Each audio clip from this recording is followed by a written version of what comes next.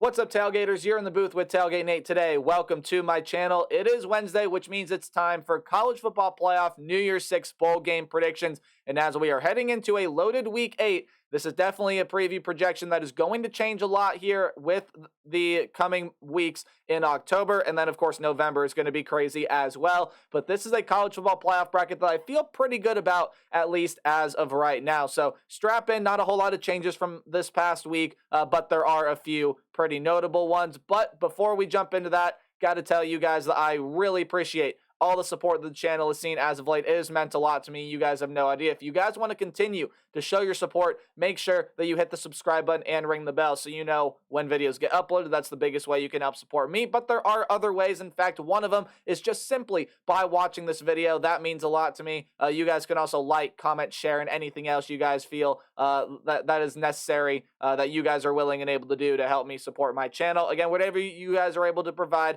I greatly appreciate. Let's dive on in. You see the lovely playoff bracket on screen. There was a new number 1 team in my top 25 poll, and I feel like at the end of the year, they will get that number 1 seed, at least the way that it looks as of right now, and that is the Michigan Wolverines. Of course, they will choose to play in the Rose Bowl game. Now, you could have Georgia in this spot as well. I am not going to argue with that here one bit, but Michigan, in my personal opinion, have looked like the most complete team in the country. They've looked like the most dominant team in the country. Now, albeit Michigan's strength of schedule is not great, but J.J. McCarthy is playing really well. Blake Corum is running really well. It's an offensive line that, for the most part, has looked pretty solid, and it's a defense that is the best scoring defense in the entire country. Now, again, albeit strength of schedule has a lot to play in with that, but just from the eye test and from the way that Michigan hasn't really struggled as a whole against these teams. Yes, there have been bits and pieces here and there, like notably against Bowling Green and this past week against Indiana,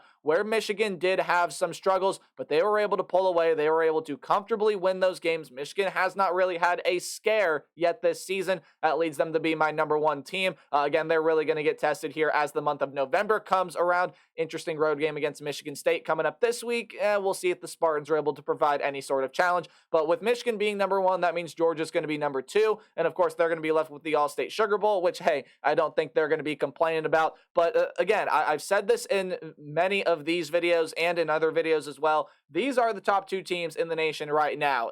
Michigan and Georgia are the 2 teams that look the most complete. And even though Georgia has struggled a lot more than Michigan, they have played some tougher opponents on the schedule, and Georgia has been able to come out on top and win those games. Most notably, you were able to dominate the Kentucky Wildcats, really looking like the Georgia of the past couple of seasons here. It just hasn't really worked out that way for the majority of the Georgia Bulldogs season. However, again, for the most part, this is the Georgia team that has looked really, really good. And yes, there are some pieces that still need to, I guess, fit in. The run game definitely needs to get going a little bit better. And I know there are people out there that are going to say, oh, Georgia could be more dominant. But with the way the SEC is playing out, Georgia is clearly the front runner there in that conference. And right now, my number 2 team. Number 3 and number 4, you could also switch around just like you could with number 1 and number 2. However, I do believe that these would be the matchups that we would see in the college football playoff. Number 3 is the Florida State Seminoles. And I know I've ranked Washington ahead of Florida in my top 25 poll, but I feel like Florida State at the end of the day would get the higher seed over Washington, not necessarily because of strength of schedule and everything like that, but it also matters with the eye test, right? Florida has a big-time non-conference win against LSU. That may be what ends up separating them from Washington, and again, spoiler alert, Washington is number 4. But we are going to go back and talk about Florida State here. I do really like the way the Seminoles have played, and one thing I haven't really harked on, haven't talked about Florida State on the channel, at least in a game preview prediction in quite some time, is I think that team has been playing really well. Would like to see a little bit more from their defense and like to see a little bit more from their offensive line. And well, the offensive line took a big step forward last week, dominating Syracuse. This is the Florida State team, guys, that is playing with a lot of momentum, is playing really, really well. Big game against Duke coming up this week. We'll see what the Seminoles are really made of there as the Duke Blue Devils come to town. And then Washington. Of course, you just got the big win there in the game against Oregon in Seattle. Possibly could be the Pac-12 championship rematch there as well. And Washington's got some other big games on the schedule to where if they're able to win those,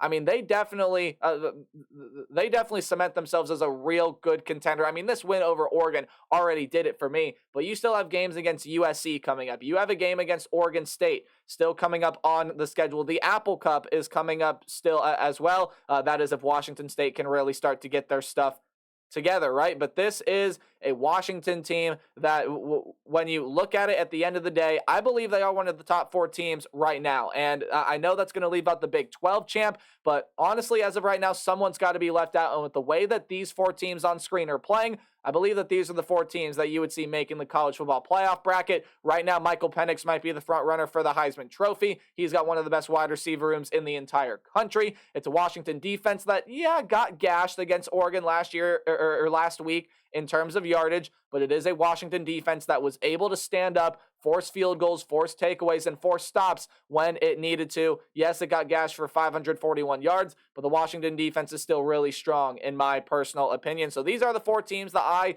if the season were to end right now, I would have making the college football playoff. And then you go ahead and move on here with projecting the rest of the bracket. It's been the same as it has been all season long. Still got Michigan winning their playoff semifinal game. Still got Georgia winning their playoff semifinal game, although the gaps are starting to close, right? So Georgia and Florida State, if that's the matchup we end up getting, that could be a very interesting one. Even if it is Georgia and Washington, is Georgia going to have enough offensive firepower to compete with either Florida State or Washington? Their defense is going to come up with some stops. That's why I think they go ahead and win any game that they play. And then Michigan, to me, still my pick to win the national championship. I think no matter who Michigan plays right now, they're going to not necessarily run through, but they're definitely going to be more physical than Michigan's going to be the more physical team than the Washington Huskies. They're going to be more physical than the Florida State Seminoles.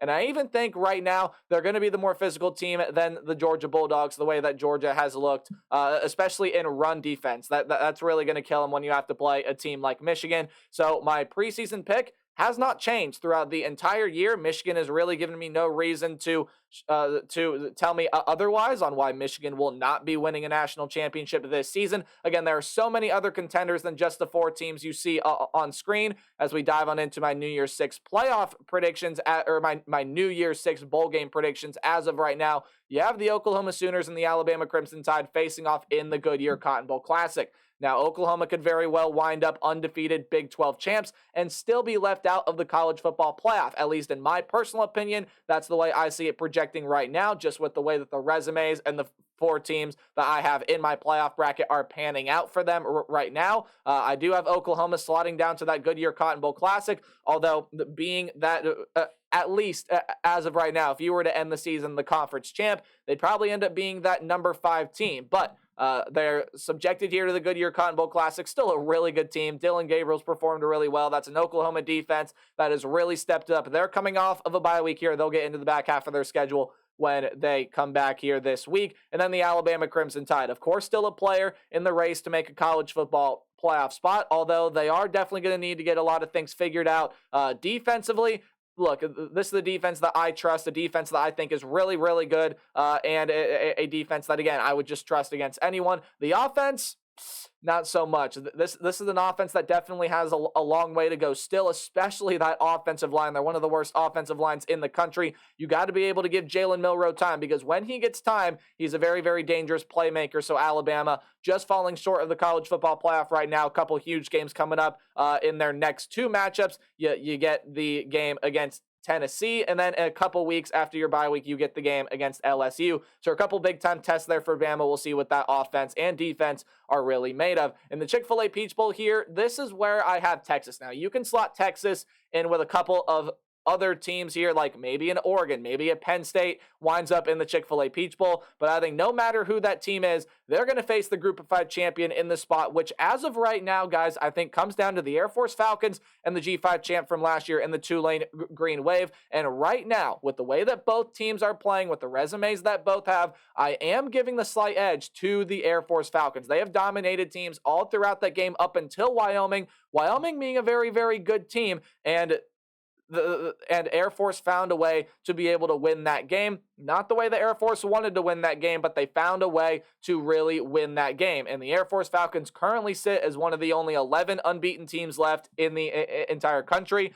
Right now, I give them the slight edge over the Tulane Green Wave to get that spot as the G5 champion here in a New Year's 6 bowl game. And then you go ahead and take a look at the Texas Longhorns. Even though that lone loss to Oklahoma does kind of put a blemish on their record. Don't be fooled, guys. This is the Texas team that's still top 10 material. That's still college football playoff material. It's a Texas team that, look, they should be favored in the rest of their games. So if they can win out and they can avenge their loss, they're going to make a pretty strong case here to get into the college football playoff. Quinn Ewers is still playing really, really well. It's a Texas team that, for the most part this year, has not played down to the level of competition, much like seasons past. And it's a defense, especially on the defensive front, guys, that looks really, really good. So still have a lot of confidence about Texas, just not in the playoff field right now, although certainly a contender to get there. Speaking of contenders to get there, the team on the right of the screen here, the Ohio State Buckeyes, are a true contender to get into a college football playoff spot. The Big Ten Roundtable starts this week. They got a huge game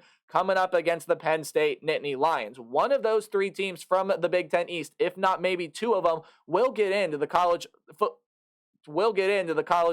football playoff. Those are three teams that are just really, really talented. They're all three top 10 teams, and Ohio State is a contender to do so. Kyle McCord has really started to grow up, and he started to perform really, really well. They've got one of the best skill position rooms in the entire country, and this is the defense that is immensely grown from seasons past. But when you take a look at the team on the left-hand side of the screen, guys, and the North Carolina Tar Heels, this is the matchup I have right now in the Capital One Orange Bowl, and I've gone back and forth, and I've changed some things, and yeah, maybe North Carolina has faced someone else other than Ohio State in the Orange Bowl in a couple of my projections, but North Carolina has been a constant, and maybe we could see North Carolina start to push for a college football playoff spot here. They're a top 10 team in my mind. They're a top 10 team in the AP voters' minds. You have Tez Walker back, which is just another weapon that Drake May has to play around with. It's almost unfair the amount of weapons that they have there. I mean, you could say the same thing about the Ohio State Buckeyes when they're healthy, but it's a North Carolina defense, notably, that still has some room to grow, that still has some steps to make,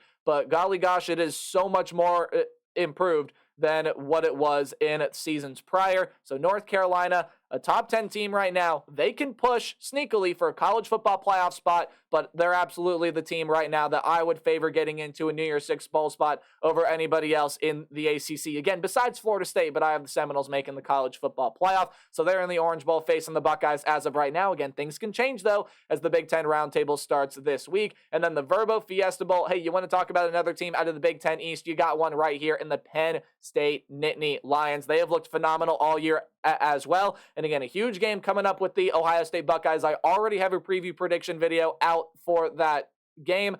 So if you haven't seen that, go watch it. Go hear my thoughts on the biggest matchup of the week in a top 10 showdown in Columbus and Ohio State and Penn State. But Penn State has looked good. This is the defense that is legit. Drew Aller has lived up to the hype for the most part. You would definitely like to see that downfield passing game get working, but this is not a Penn State offense that is explosive. Their longest run of the year, at least between Nick Singleton and Katron Allen, is only 19 yards. So this is a Penn State team that loves to control the clock, that isn't full of explosive plays, yet they're finding ways to dominate teams, especially with that pass rush. The defense gets off the field quickly, and then this offense goes out, and they're one of the leaders in the country, I believe, in time of possession. Penn State's a really, really hard team to beat, but then you take a look at the Oregon Ducks on the other side, and hey, I really don't fault Oregon for that loss in Seattle this past week. Again, if you'll remember, if you watched my top 25 video, Oregon did not move in my poll. They were at 7 coming into the game against Washington, and then they stayed at 7. In fact, my opinion of Oregon probably only grew here from this past week. I still really, really like what the Oregon Ducks are made of here. And when I take a look at this Oregon team, I mean, Bo Nix made a really good statement this past week. That offense is full of weapons. And it's an Oregon defense that, look, we saw at times perform really, really well against a Washington offense that really anybody, but maybe besides the fact of the Arizona Wildcats, have struggled to stop here in this season so far. Oregon, still a contender in the college football playoff, still a team that I would likely favor to get to Las Vegas for a Pac-12 championship, and still a team I have in my New Year's Six bowl games. I think they'll be in the Verbo Fiesta Bowl against Penn State. Maybe Ohio State falls down here, but nonetheless, Oregon does make a New Year's Six bowl game. We'll give you one final look here at my college football playoff bracket. You can rewind to look at other New Year's Six bowl game matchups if you happen to miss them, but that's going to do it for this video. Thank you guys so much for watching. Got 2 more Week 8 preview prediction videos out for you today between 2 more matchups between top 25 teams. Remember to play hard, but tailgate harder, and I'll see all you guys in the next video. Goodbye.